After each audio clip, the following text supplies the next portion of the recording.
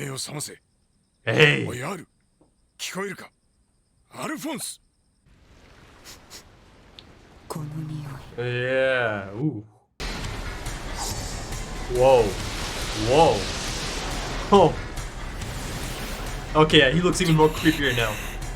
Far more supernatural now.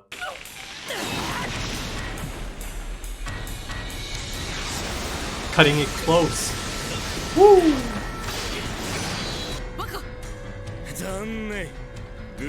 Yeah. 若に体を返せ。そいつはできない相談だ。 Oh no. Ah. Nice recovery though. 余計なことするな。うるせえ。お前まだ腕が本調子。 He knows all about it. Listen. 大きなお世話だ。今は自分自身のことだけに専念しろ。この先頼りにしてんだからよ。 Such pretty eyes. そのまま行け。すまない。一目切れなかった。へ、気にすんな。倒せなくてもしょうがねえ。俺から見てもありゃ化け物だ。Ow. Wow. アルフォンス。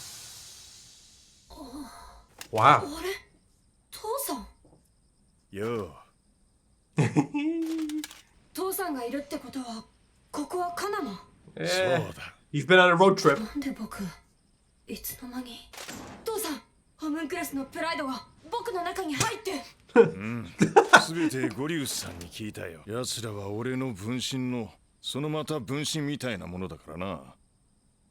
息子であるお前の血印に干渉しやすいのかもしれん。グリードとエドワードが応戦しているが良い状況ではない。Wow. 僕のせいだ。僕がプライドに捕まったからみんなピンチに。 Okay. 父さん、 Think of something. I'm sure there's 父さんは something. やり手の錬金術でしょ。ああ、半端ないぞ。 Hell yeah. 父さんの腕前を見込んで頼みがある。 Nice. Yes.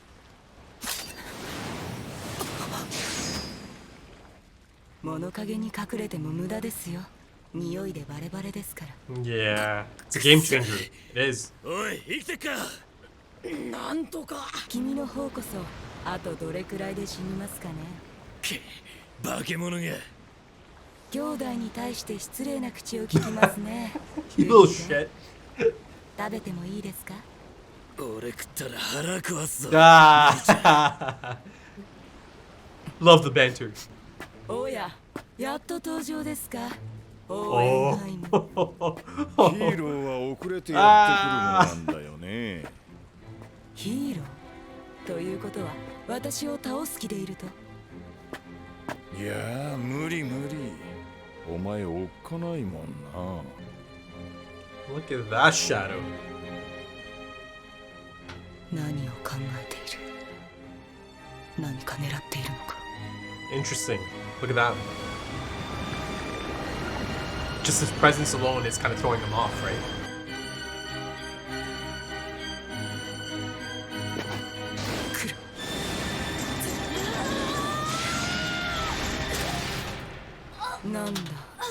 No, no, there's more. There's more to it. ちょっと待って。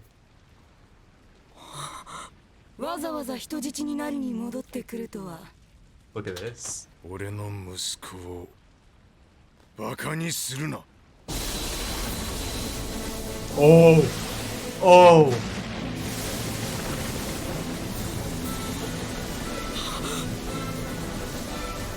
Oh. Oh.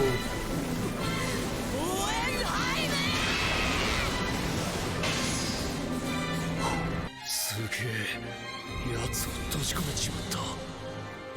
I mean, Al's in there too, so it should make for a really interesting scene or two. どういうことだ。アルが巻きそうになっ I て mean, I'll ask for it. 何考えてんだてめえ。俺の考えじゃない。これはアルの提案だ。うまくいった。これでお前の能力は使えない。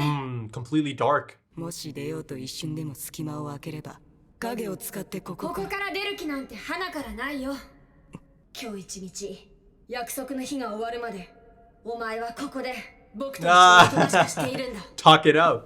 Talk it out. Let's see. 今のプライドを倒すのは困難だ。 Yeah, this is essentially the だ best がこの approach. ままだと周りの被害も大きくなる。 Whoa. ならば戦うのではなく自分をおとりに抑え込もうってな。だからって俺に相談もなく。兄さんに言ったら Yeah. He 絶 won't let 対 it 反 happen. 対されるってさ。あいつなりに全員が生き残る方法を考えた結果なんだ。分かってやれ。 Let's do a little split ごめ screen. んね、せっかく再会できたのに。でも今回はもともと僕が原因だったから。それに言ったって一日の辛抱なんだし大丈夫だよ兄さん。ラストはいない、エンビーもいない、グラトニーも消えた。ラースは東の演習、プライドは動けなくなった。 Oh, is this your chance to go back to... 今セントラルにいるのは親父殿とスロースのみだ。 I mean, he hinted at something like this a few episodes ago, right? 世界の王 King に of the な world. ってよ。 And, you know, Ling's reaction to that Fullmetal Ah. Alchemist. was really quite interesting. 石原人といや以前ここにいたバッテンキーズのあんちゃんどうしてっかな。ようバッテンギズのあんちゃん。 Yeah, speaking of そう it. すればなんとやらだ。カナマというスラムを探しているのだが。 Oh. そういやあの子はいないのかい。ほら白黒猫を連れた Oh, あの女の子。 yeah, he's gonna ちょっ find と out 前 now. にここに戻ってきてたんだけど。なんだと。あいつ国に帰ってなかったのか。何やってんだ。まったく。あんちゃんたちだろ。東部でブラッドレーを列車ごと爆破したのは。爆破？あれ？違うのかい？初耳だ。いやー、てっきり他の石バール人たちと組んでやっちまったのかと思ったよ。まあ奴らテロかますってもっぱらの噂だったからな。Ah. テロ以外でこの国を変えようとしている大切な仲間だ。 Interesting that, you know, immediately they think of Ishwalans, right?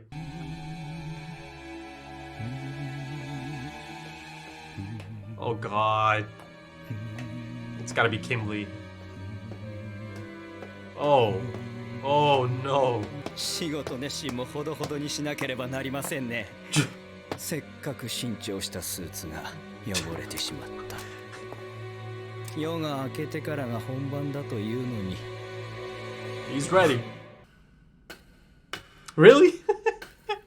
無理だよ。 Yeah, my guy. 父さんが子供の力でどうにかなる作りにしてるとは思えない。 That should sting. あん Come ま have り a 人 seat, 間のこと man. バカにするからこういう目に遭うんだ。例の計画だって僕からしたらずさんそのものだ。ずさん。もし僕たちが自分の身可愛さに国外逃亡でもしたら、その時点でお前たちの計画はおじゃんだったんだ。 I'm sure they thought of it. 人間の中には自分さえ良ければという考えの者もいますね。けれども、そう。例えばラースの妻。以前、街中で私が車にひかれかけたことがあ Ah, ったんですが、 interesting. その時、あれは身を挺して私 Okay. を助けようとしたのです。私がホムンクルスであることを知らないとはいえ、あの必死さには思わず面食らってしまいましたよ。私には父上はいたけれど、母というものは存在しませんでしたから。 I mean, you kind of 正 did. 直あれの存在は興味深かった。母親とはこういうものなのかと。あんないい人を騙すなんて。確かに家族ごっこではありました。けれどあれとの生活は楽しかったですし、好きでしたよ。人間にはラースの妻のように大事なものを守るためには己の命すら投げ出す者がいる。ましてや人柱として選ばれた君たちはその人間の中でもより強靭な心を持っています。この国を捨てて逃げられるはずがない。現に君はここへ戦いに戻ってきた。 They have quite the understanding of these 我 humans. 々の計画にはずさんなどありえないのです。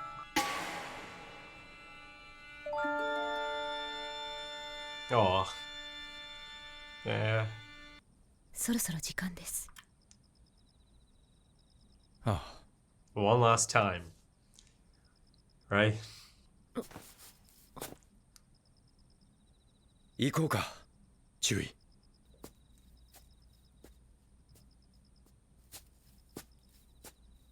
信用できねえ。そこいらに敗因客が隠れてて。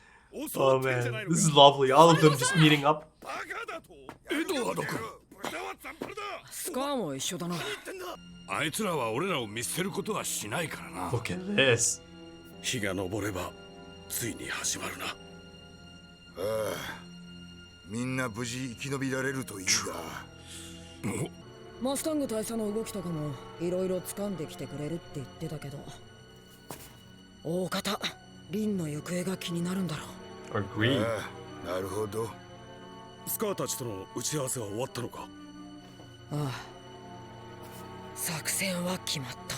Okay then. そうか、いよいよだな。Almost time, but first.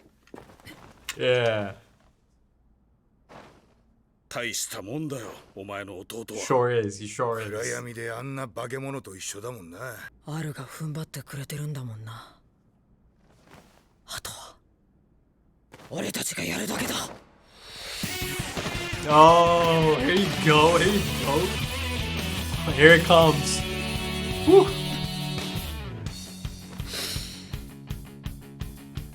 約束の日の始まりだ。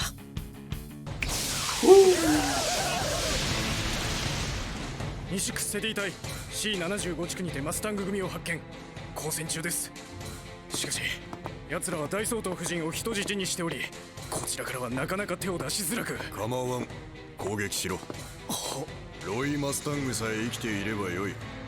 夫人には利用価値が。 There it is. 奴の部下ともども消えてもらえ。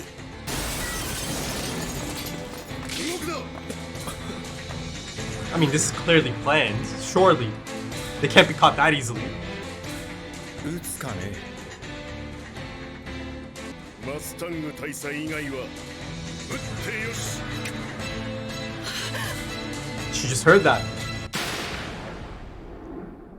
Ah, it's not gonna show me, is it?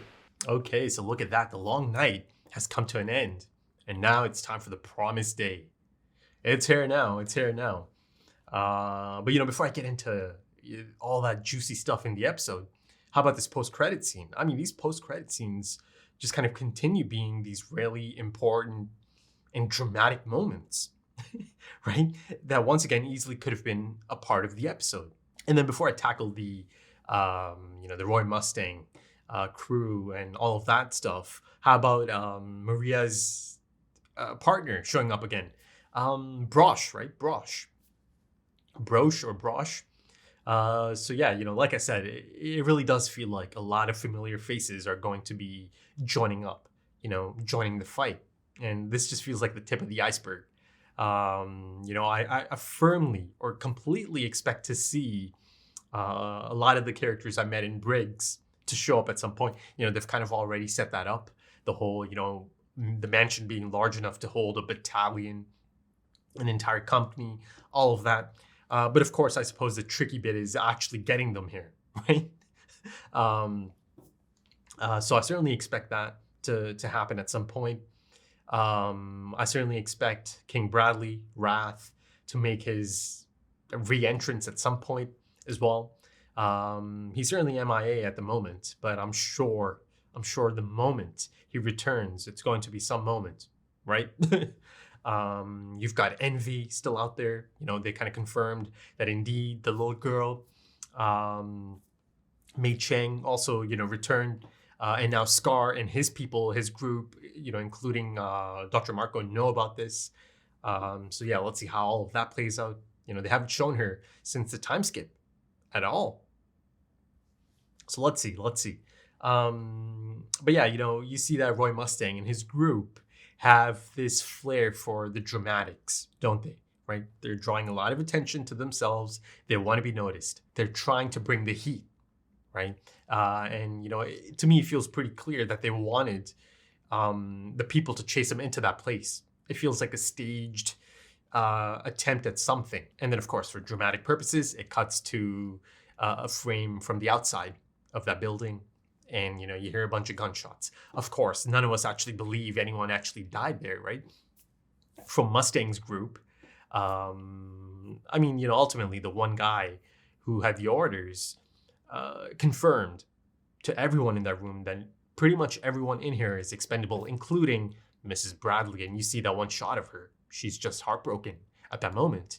But I think that is a crucial component of this as well. I think I kind of touched up on this in my discussion for the last episode, right? Taking it to an extreme that is going to kind of bring this out, right? The notion that, okay, a lot of people here are expendable. Even people like Mrs. Bradley, the Fuhrer's own wife, is expendable, right? So I think that's all part of their play because listen, come on, Roy Mustang and his group are not going to just get caught just like that, right? They have these people in the exact spot they want them in. I mean, you see Mustang's eyes scanning the place, right? Scanning all of these people. And then he posed the question, aren't you going to shoot, right? And then that got the response out of him, out of the guy who was giving these orders. I mean, ultimately, to me, it feels like, and it looks like it's quite the successful staging, right? And then, of course, cutting to the outside of the building and the gunshots, I think that's more so people that come to their rescue. Or not rescue, I think it's all set up. Again, given the fact that they made it really quite clear, that they're out here, oh, look, follow us into this big room, right? Massive space. But if indeed that is the case, any follow-up to this scene is going to be really quite fascinating, especially given Mrs. Bradley's presence at that moment and her, reaction to all of that. Listen, man, Mrs. Bradley, this is some person. She was able to gain the affections of not just one, but two homunculi. And not just any homunculi either. Wrath and pride. And of course, I'll come back to that whole segment about pride and the conversation that happens. The fascinating conversation and insight into pride. I think that's one of the best moments of the episode. Perhaps even one of the best moments of the series, really. Right? Al and Pride's conversation inside of that massive dome of dirt, made out of earth, essentially. And you get to see Hohenheim put some of his alchemy on display. And, the difference here is that you see the red glow this time from his alchemy. So, I think that might be an indicator that indeed he had to use some of the souls or that he is tapping into the stone. But I really love the Al and Hohenheim team up. And, I'm really quite excited for any potential, Ed and Hohenheim team up. I'm sure it's on the horizon. I'm sure it's coming. And by team up, I mean, them kind of executing a plan together, right? Back to back. But yeah, you see that Al felt really quite guilty about all of this. He took responsibility, even if he didn't really have to, right? Ultimately, it's not really his fault, but he still feels like it is. Right, that his body or his container was the cause of all of this, right? And listen, he turns the tide. His plan is just brilliant, isn't it? And essentially, he's the only one who could have come up with that plan specifically, right? Given that he has this understanding of his condition or his presence or his body, right? His temporary body, that is the suit of armor, right? He knows he'll be fine. He knows, Pride's not going to hurt him. And in that specific case, Pride isn't able to hurt him anyways. If for some, insane or strange reason it does, kind of decide to lash out. And of course, his father Hohenheim is crucial to this plan as well. And oh my goodness, how cool is his entrance into that scene? Hands in the pocket, strolls in, and I love how his presence is essentially the only presence that makes Pride uneasy. Starts kind of getting distracted. Or, the moment Hohenheim enters the picture, that's the only thing he needs to focus on, or it needs to focus on. Because Pride knows, Hohenheim is a different deal altogether. He just kind of immediately forgets about everything else, right? And essentially on the back foot at that point. And I love that moment as, Pride is having a go at Al, right? Because Pride at that point is actually a little bit bamboozled in thinking that, oh, okay, this is the plan. This is the plan. You know, you've got your big suit of armor son rushing me. And then, of course, Hohenheim tells him, do not put my son down, and initiates his alchemy. And listen, you know, you have people like Ed, his son, his other son, who gets to see just how immense Hohenheim's alchemy is, right? How impressive his own father is.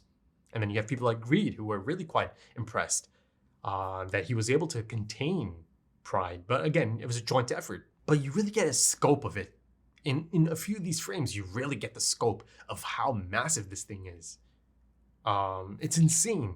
It really is. I mean, from a narrative standpoint, it's the perfect approach, isn't it? For a little bit, you know, they kind of took care of Pride for now, right? Because it was really starting to feel like they can't do much against Pride at this moment. They really can't. All they can really do is just dodge and try to stay alive as long as possible. So this is just perfect. I'm not sure how long Pride's going to be in there because, of course, Pride is going to get out of there somehow, for sure, right? But for now, you know, it gives them some breathing space. It gives them a little bit of time. Though, of course, by the end of the episode, you see that, of course, the promised day is upon us. Though you see through that really fantastic focus on the Chimera, the four of them, right? It gives us a different perspective as they talk it out in terms of the situation they find themselves in, and these people that they believe are not the type of people that are going to abandon them, right? You know, unlike their last master, Kimberly, who also makes a timely return, and the man is up to his old shenanigans. I mean, it's more than that. You know, he slaughtered a lot of those Ishwalans that Scar was able to recruit, right, and bring in, I think. So yeah, you know, if Scar comes across that scene, it's going to be interesting to say the least. I mean, he's going to find out that, you know, a lot of his Ishwalan brothers have been butchered once again by Kimberly. But I really appreciated the focus on the four Chimera having that conversation around the fire, right? Listen, man, this is not just about these main characters. At this point, it's about everyone. Everyone has a role to play in this. Yes, you know, maybe the Chimera are not a part of some of the planning, nor do they claim to be in a position to be offering insight in terms of, you know, the big plan. And it appears that they do have something planned out. It kind of happens off screen. I mean, not off screen, but it kind of happens down in that direction. So at that point in time, us and the Chimera are in the same position, right? But of course, you know, they're filling them in, and they'll fill them in as the episodes play out as well, I suppose. Or as the plan plays out. But unfortunately, some death flags as well at that point. You know, like I said, I could see one or two of these Chimera dying in this final battle, right? Yeah, you know, I am expecting some death. I am, just given the nature of this, the insane nature of all of this. But yeah, you know, I just love the focus on them. They've been such fantastic additions to the cast. And then, of course, it was so great to see Scar's group and Hohenheim's group come together, right? You know, that one shot of the Chimera looking over, you've got Ed, you've got Scar, Hohenheim, Dr. Marco, even Yoki standing there. But it was so great to see them all together, right? But look at that, Scar, you know, around the time he's first introduced, he's this lonely figure. He cuts this lonely figure who's on this path of vengeance. He didn't need anyone around him at that point. He didn't want anyone around him, right? But look at it now, surrounded by comrades, people that could be considered friends. They could be, right? But it's just beautiful to see. It really is beautiful to see that this is how things have played out for Scar. But as I am on the topic of Ishwalans, you know, that train attack, you see that immediately a lot of the public, I suppose, just assumes, oh, okay, so recently Ishwalans have been coming into the country, right? Or into Central, surely it must have been them. But of course, beyond that, maybe that's how it's being presented by the higher-ups, or a terrorist attack by the Ishwalans, right? A cover-up, essentially. But you see Scar immediately shuts that down. It's like, nope. It wasn't any of them. It wasn't any of my blood brothers. You know, they know the approach they're taking at this point, and that's not the approach. But let's shift the focus to the conversation that happened inside of that dome. I mean, it begins with Al, you know, talking about how their plan is actually really quite sloppy. It could have fallen apart quite easily. But by the end of it, Al realizes, okay, it was actually pretty airtight. And the reason it is pretty airtight is essentially a good reason. Ultimately, it comes down to the fact that these sacrifices are people that are essentially selfless, and people that do have a really specific moral compass, or that these are people with a really specific moral fiber, and for that reason, it makes their actions really quite predictable for the homunculi. And you see by the end of that conversation, he's got that grin on his face, pride that is. But I think the most fascinating part of this conversation is the fact that pride isn't just straight up arrogant and conceited.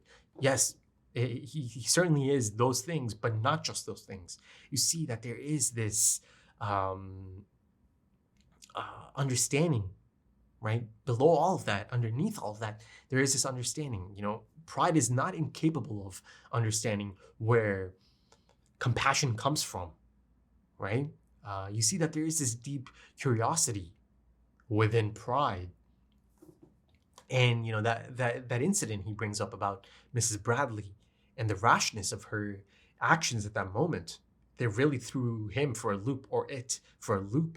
And then of course pride straight up confirms that indeed, even if he was just playing house, ultimately he did come to like his mother figure.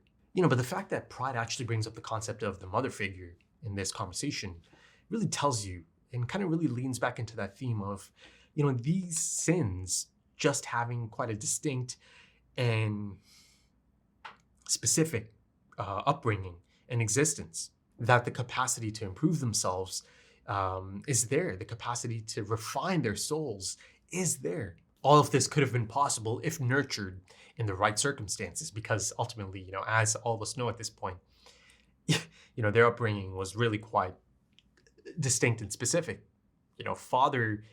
Their relationship with father, right, in the sense of that actual father figure, it's really quite spiky, right? Really quite standoffish, negligent. You could argue it's really quite negligent, right? Because these sins are not just simple, henchman type characters. I've been saying it so many times at this point. And then of course, also throughout this conversation, you see pride is not banging on the helmet, but just continuously tapping. There's like a rhythm to it, isn't there? So it feels really quite deliberate and distinct. This thing he's doing, right? Maybe Al should grab the helmet, just in case, because to me it almost kind of feels like this might be something father could be able to pick up, like a sign or a signal, essentially, and maybe he'll send Sloth to break him out of there. Something. I feel like there's something going on there. The thing is, it can also feel quite natural, right? Just this, maybe out of habit or force of habit or something. That's how Al might be looking at it, right? The banging on or the tapping on the helmet. But yeah, listen, ultimately, pride's going to get out of there. It's just a matter of how. And then finally, I kind of want to touch up on quite the interesting scene between Mustang and Hawkeye, because something felt really different about this one. Yes, of course, it's lovely to see, before the big day, you see that Mustang goes back to Maze Hughes, right? Essentially, this is how it all began for him, right? The death of Maze Hughes. So it's lovely that he's still playing a part right in the conclusion of the series. But I felt that there's a bit of a different energy there, right? From Hawkeye specifically, where you see as she comes up behind him, and as he turns, she has a bit of a reaction, almost as if she's expecting something, because again, this is it. The big day's here now, right? Who knows how it's going to turn out? Maybe this could be one of their last nights.